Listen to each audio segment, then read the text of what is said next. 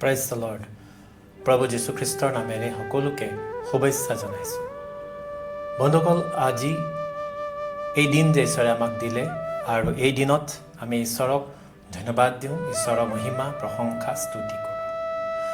গীতমালা 34 number আৰু 6 পদ তাত এইদৰে লিখা আছে, এই দুখীয়ে প্ৰাৰ্থনা কৰিলত জিহুৱাই শুনিলে আৰু তাৰ সকলো সংকটৰ পৰা তাক পৰিত্ৰাণ কৰিলে।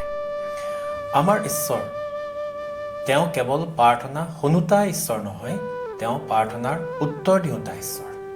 গতিকে আমি আমাৰ এই ঈশ্বৰত এই বিশ্বাস পাওঁ যে তেওঁৰ ওচৰত যেতিয়া আমি কাটৰোক্তি কৰোঁ, তেওঁৰ ওচৰত যেতিয়া আমি প্ৰাৰ্থনা কৰোঁ, নিবেদন কৰোঁ, তেওঁ আমাৰ প্ৰাৰ্থনা শুনে আৰু শুনি উত্তৰ দিয়ে। ইয়াতে গীত ৰচকে এইবুলি নিজৰ যি অভিজ্ঞতা প্ৰকাশ কৰিছে, এই দুখীয়ে প্ৰাৰ্থনা কৰিলত জিহুৱাই শুনিলে। তেওঁ দুখত, মনৰ বেজাৰত ঈশ্বৰৰ ওচৰত নিবেদন কৰিছিলে আৰু সেই নিবেদন ঈশ্বৰে শুনিলে আৰু ঈশ্বৰে শুনি সংকটৰ পৰা তাক পৰিত্ৰাণ কৰিলে। অৰ্থাৎ ঈশ্বৰে প্ৰাৰ্থনাৰ উত্তৰ দিয়ে আৰু সেই উত্তৰ কেনেকুৱা? আমাক আমাৰ সমস্যাৰ পৰা তেওঁ ৰক্ষা কৰে। গতিকে আজি এইখিনি সময়তে মই আপোনালোকক ক'বৰ কাৰণে বিচাৰিছোঁ যে আপুনি ঈশ্বৰৰ ওচৰত প্ৰাৰ্থনা কৰেনে? আপোনাৰ যি অসুবিধাসমূহ, সমস্যাসমূহ তেওঁৰ আগত জনায়নে? নে আপুনি সমস্যা আহিলে, দুখ আহিলে প্ৰাৰ্থনা কৰাৰ পৰা আঁতৰি থাকে? যেতিয়া বিপদ আহে বহুত মানুহেই প্ৰাৰ্থনা নকৰে, ঈশ্বৰৰ ওচৰলৈ নাযায়, কিন্তু আনন্দৰ সময়ত তেওঁ ঈশ্বৰৰ ওচৰ চাপে, ধন্যবাদ দিয়ে।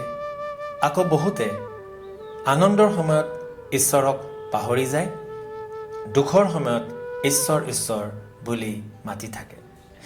আপুনি কেনেকুৱা ধৰণে ঈশ্বৰৰ লগত নিজৰ সম্পৰ্ক বনাই ৰাখিছে? আনন্দৰ সময়তো ঈশ্বৰক ধন্যবাদ দিয়েনে? বিপদৰ সময়তো তেওঁৰ আগত প্ৰাৰ্থনা কৰেনে?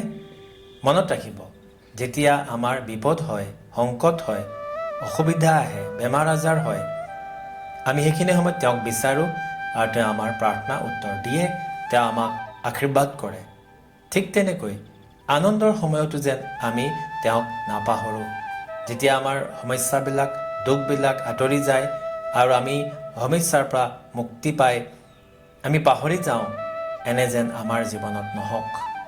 আজি দিনটো ঈশ্বৰে যে আমাক দিছে, আপুনি ৰাতিপুৱা উঠি যি প্ৰাৰ্থনা কৰিছে, আপোনাৰ সকলো কাৰ্যসমূহ যেতিয়া তেওঁক সোধাই দিছে, সন্ধিয়া আহি আপুনি নিজৰ কামৰ পৰাই হওক, নিজৰ চাকৰিৰ পৰাই হওক, ব্যৱসায়ৰ পৰাই হওক, স্কুলৰ পৰাই হওক, বা আপোনাৰ দিনটো যি কাম আছিলে তাৰ পৰা ঘূৰি আহি ঘৰলৈ উপস্থিত হৈ যেন আপুনি ঈশ্বৰক ধন্যবাদ দিয়ে। ঈশ্বৰে আপোনাক এই দিনত আশীৰ্বাদ কৰক, আমি তেনে কামনা কৰিলোঁ। Praise the lord.